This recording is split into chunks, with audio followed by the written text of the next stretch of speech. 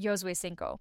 Ang tanang mga hari nga Amorihanon sa kasadpang bahin sa Jordan ug ang tanang mga hari nga Kanaanhon nga didto daplin sa dagat sa Mediteraneo nakabalita nga gipahubas sa Ginoo ang Jordan samtang nanabok niini ang katawhan sa Israel.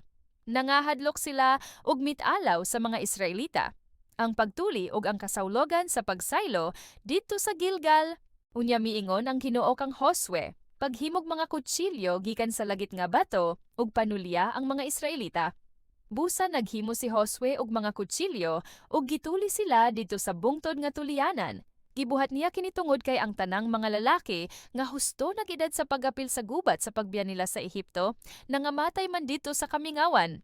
Kay bisan tuod tinuli na ang tanang lalaki nga namiya sa Ehipto, walay usa nga natuli sa natawo panahon sa pagpanaw nila sa kamingawan. Ang katawhan sa Israel nagpanaw sa kamingawan sulod sa 40 ka tuig. Niining panahona ang tanang lalaki nga husto na sa kagulangon sa pagpakigubat sa pagbiya nila sa Ehipto nangamatay tungod kay wala man sila mamati sa Ginoo. Giingnan sila sa Ginoo nga dili sila makakita sa tabunok ug tambok nga yuta nga iyang gisaad sa ilang katigulangan nga ihatag niya kanila.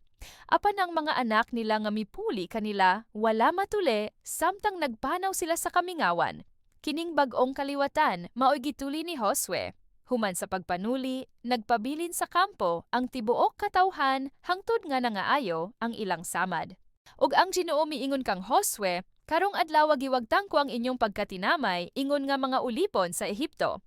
Busa kadtong dapita ginganlag Gilgal hangtod karon. Samtang ang mga Israelita nagkampo sa Gilgal sa patag nga kasikbit sa Jericho, gihimo nila ang kasawlogan sa pagsaylo sa ikapurdas nga adlaw sa bulan. Sa pagkasunod adlaw nangaon silag pagkaon nga abot sa Canaan, sinangag nga trigo ug pan nga walay patubo. Unya mihunong pag-ulan ug mana ug wala na makabaton niini ang mga Israelita. Sugod ni adtong tuiga nagkaon na silag pagkaon nga abot sa Canaan. Si Josue ug ang tawo nga may espada. Sa duol na si Josue sa Jericho, nakakita siyag tawo nga nagbarog sa atubangan niya nga nagbitbit og espada. Midol si Josue kaniya og nangutana, "Sundalo ka ba namo o kaaway?" Mitubag ang tawo, "Dili ako sundalo ninyo o kaaway. Anya ako ingon nga pangulo sa kasundalohan sa Ginoo." Ug mihapa si Josue aron pagsimba ug miingon siya, "Andam ako sa pag-alagad kanimo. Unsa bay ipabuhat mo kanako?" Uging nan siya sa pangulo sa kasundaluhan sa Ginoo, "Huboa ang imong sandalyas kay aniya kasayuta nga balaan." O gituman ni Josue ang gipabuhat kaniya.